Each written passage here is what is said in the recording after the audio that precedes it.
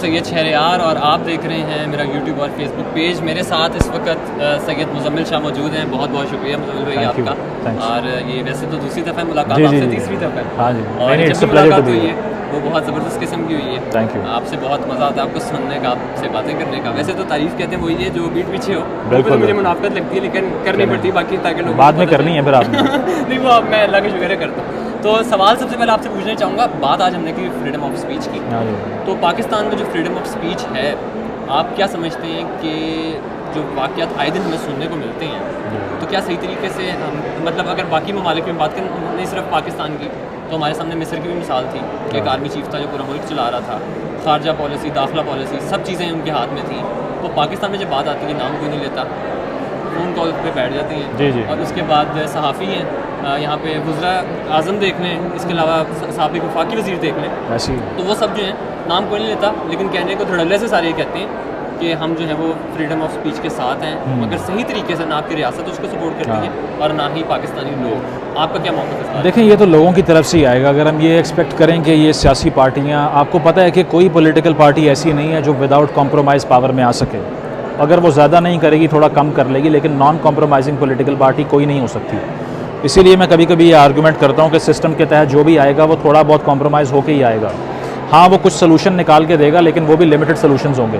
वो आपके तमाम मसाइल का हल निकाल नहीं सकता, क्योंकि तमाम पावर उसके पास नहीं है। अगर उसकी विल जो है या उसकी जो जुरिस्डिक्शन है या फिर जो रिट है रियासत की, वो सिविलियन रियासत की है ही नहीं कि अगर मैंने इंडिया के साथ ताल्लुकात पे कोई पॉलिसी अपनानी है, मुझे इख्तियार नहीं है। मैंने फ़ॉरेन पॉलिसी का फ़ैसला करना इख्तियार नहीं है। मैंने इसके अलावा अपनी डिफेंस पॉलिसी का फ़ैसला करना इख्तियार नहीं है।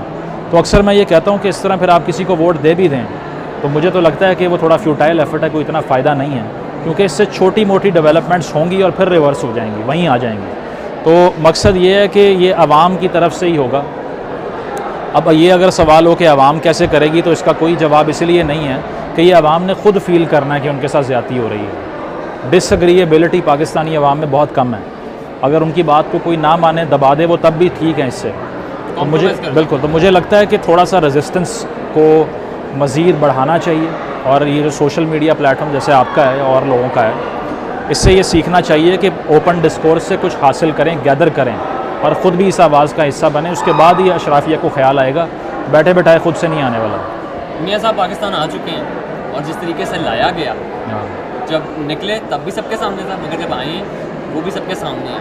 तो कुछ हल्के हैं पाकिस्तान में जो ये बात कर रहे हैं कि अगला वज़ीर आज़म मियाँ मोहम्मद नवाज़ शरीफ है। आपको इस बात में कितनी सच्चाई नज़र आ रही है कि अगला वज़ीर आज़म नवाज़ शरीफ है? देखें, वो जिस तरह उनको पावर से निकाला था उस तरह ही लेके आए हैं। ना उसमें कोई लीगैलिटी थी, ना इसमें है। उसकी वजह ये है कि अगर आवाम के पास ये वोट देने का हक़ है तो उनको फ़ैसला करने दें कौन करप्ट है कौन नहीं है। मैं अपने वोट से उसको निकाल दूंगा जिसने चोरी किया। आप कौन होते हैं उसको उठा के बाहर फेंकने वाले? हर 3 साल बाद एक नई शख्सियत को इंस्टॉल करके पूरे स्टॉक मार्केट को भी बर्बाद कर देते हैं, इकॉनमी को बर्बाद कर देते हैं, इंस्टेबिलिटी क्रिएट कर देते हैं और फिर कहते हैं कि नहीं ये सोल्यूशन नहीं है, एक नया हीरो लेके आते हैं।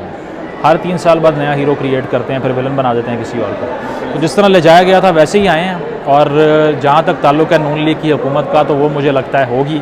हाँ, मियाँ नवाज़ शरीफ उसको लीड नहीं कर रहे होंगे जहाँ तक मुझे पता है अभी तक। ठीक। हाँ, और मुझे लगता है उनके भाई का ज़्यादा चांस है। अच्छा, इस साहब में बिलावल साहब का एक बहुत बड़ा बयान है। वो कहते हैं कि जो वज़ीर आज़म होगा पंजाब से नहीं होगा। हाँ, वो कहते हैं मैं सरप्राइज़ दूंगा। हाँ जी। तो ये सरप्राइज़ खान साहब भी देते रहे हैं, माजी में हमने देखे। देखिए, बिलावल उल्टे ही पड़ गए। बिलावल साहब ने भी कॉम्प्रोमाइज़ इतने किए हैं कि ये सारी जो कानून साजियाँ आवाम दुश्मन हुई हैं पिछले 1.5 साल में, इस पर भी पीपल्स पार्टी का ठप्पा भी है ना। अगर आप उससे अग्री नहीं करते, बाहर आ जाते हुकूमत से। पहले आपने खुद जाके CCI की मीटिंग में मरदमशुमारी को अप्रूव कर दिया, बाद में आपने कहा 90 रोज़ में इलेक्शन करवाओ। पहले इलेक्शन कमीशन को जवाब दिया और फिर कहा कि नहीं, गलत कर रहे हैं। किसको बेवकूफ़ बना रहे हैं? पहले आपने 3 रोज़ पहले असम्बली तहरील कर दी ताकि 60 से 90 रोज़ हो जाए, करने दी ना आपने, और उसके बाद में कहा 90 रोज़ में होने चाहिए। तो ये पीपल्स पार्टी के साथ जो हाथ हुआ है वो वाला हाथ है कि वो रो भी नहीं सकते इस पर, क्योंकि वो बताएंगे हमारी डील हुई थी। लोग कहेंगे क्यों हुई थी? तो वो डील तो वायलेट हो गई है, क्योंकि बाप पार्टी ने पीपल्स पार्टी में जाना था, नहीं गई, नून लीग में चली गई। नून लीग के साथ इस्तेकाम पाकिस्तान पार्टी के सारे लोगों को पीपल्स पार्टी में जाना था, नहीं गए। तीसरी दुकान खोल ली उन्होंने, इसीलिए ताकि गेम जो है पीपल्स पार्टी से ज़रा बाहर रहे। तो मेरा ख्याल है कि उनके साथ तो हाथ हो चुका है और बहुत ही कम चांस है बिलावल साहब के आने का। हुकूमत बनने के 2 साल बाद शायद आ जाएँ। क्योंकि यहाँ वज़ीर आज़म की एक्सपायरी डेट 2 से 3 साल ही होती है। उससे बेहतर जो है वो आप अक्सर अपनी वीडियोस में कहते हैं कि एक सरकारी जो है वो हाँ, जो एक क्लर्क होता क्लर्क है। है उसकी ऐसे ही ज़्यादा सेफ है। बिल्कुल ऐसे है, क्योंकि आपको लगता है पाकिस्तान इस वक्त जिस हालात पे है ये प्रोजेक्ट इमरान खान के नताइज हैं?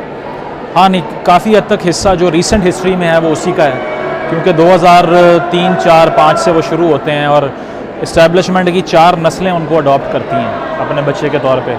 और बहुत से लोग कहते हैं कि जी ये किसी डिक्टेटर ने नहीं बनाया, तो मुझे तो हंसी आती है उस बात पे कि शुजा पाशा से लेके ज़हीरुल इस्लाम से लेके और हमीद गुल से लेके जनरल बाजवा से लेके जनरल फैज़ तक, ये वो प्रोजेक्ट है जो विरासत में मिला इस्टेब्लिशमेंट को। तो इतनी लंबी इस्टेब्लिशमेंट की कोई पॉलिसी नहीं थी जितनी खान साहब एक पॉलिसी थे, और उन्होंने आके एक ऐसी नस्ल तैयार की है जिससे आप अगर इख्तलाफ करें वो कहती है लिफाफा, चोर, डाकू और जियाला, और इसके अलावा उन्हें कुछ नहीं आता। तो ये चीज़ है कि जो मुआशरती बिगाड़ पैदा हुआ ये बड़ा इर्रिवर्सिबल है, ये बड़ा वक्त लगेगा इन लोगों को नॉर्मलाइज करने में। माशी जो है खराबी वो तो ठीक हो जाती है जी, मगर जो लोगों के जहन ख़राब हो चुके हैं हाँ। इससे अगर आप अपना रिवर्स सोचें तो बड़ा मुश्किल बहुत मुश्किल है। ज़िया साहब की मिसाल है ना कि उसने जो इकॉनमी को नुकसान पहुंचाया होगा वो चले मुशर्रफ साहब के आने पर वो थोड़ा सा कवर हो गया, क्योंकि वॉर टेरर शुरू हो गई। लेकिन वो जो काम पैदा की वो फिर उसने मॉब लिंचिंग भी की, उसने आवाज़ें भी दबाईं, रिलीजियस वायलेंस भी किया। तो दिमाग जब पैदा हो जाता है तो उसको फिर आप 2-4 दिन में ख़त्म नहीं कर सकते, ये मसला है। तो जो प्रोपेगेंडा की वॉर है PTI की वो जीत चुके हैं, उनका कोई मुकाबला नहीं है उसमें, और उन्होंने एक ऐसी मैंटालिटी पैदा कर दी है जो बारूदी है, एक्सप्लोसिव है, और उनसे कोई डायलॉग, कोई आर्गूमेंट नहीं हो सकता। वो सिर्फ जुगते मार सकते हैं, गालियाँ दे सकते हैं, अनफॉर्चुनेटली।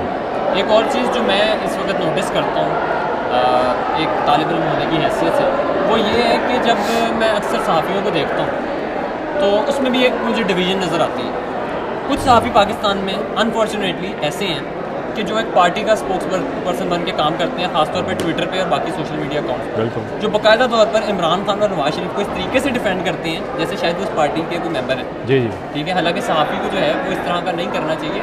और वो बात फिर आपकी है कि अक्सर बताया ही जाता है कि सहाफ़त में आपने अच्छी चीज़ें बतानी है जो पाकिस्तान में बहुत अच्छा ये हो रहा है, लेकिन पाकिस्तान में अच्छा कुछ नहीं हो रहा। जी ठीक है, तो ये बताएं कि ये क्या मामला है कि अक्सर लोगों ने टक्कर भी लेनी थी, उनकी टक्कर सबने देख ली, कुछ लोग उठाए गए, वो वापस आ गए और बयान बदल गए, फिर प्रेस कॉन्फ्रेंस का रिवाज आया, इंटरव्यू का आया, और इसी तरह लोग आगे पीछे होते रहे, मगर वो चीज़ें उधर की उधर ही हैं। देखें, इसमें अगर आप ये समझते थे कि जो लोग जिनको दिन रात जो है वो एक बयानिया टो करने की बुनियाद पे पॉपुलैरिटी मिली, पैसे मिले और बड़ी अपॉर्चुनिटीज़ मिली, तो वो अगर कोई हक़ की और सच्चाई की जदोजहद कर लेंगे तो ऐसा होना नहीं था।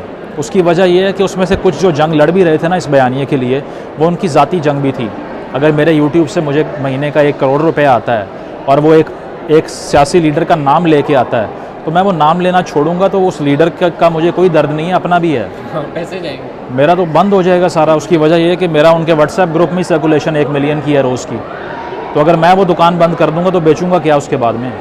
तो मसला ये था कि इस्टेब्लिशमेंट ने ये नहीं सोचा कि ये बयानियाँ बंद कर रहे हैं तो दे क्या रहे हैं, नहीं दे रहे कुछ भी।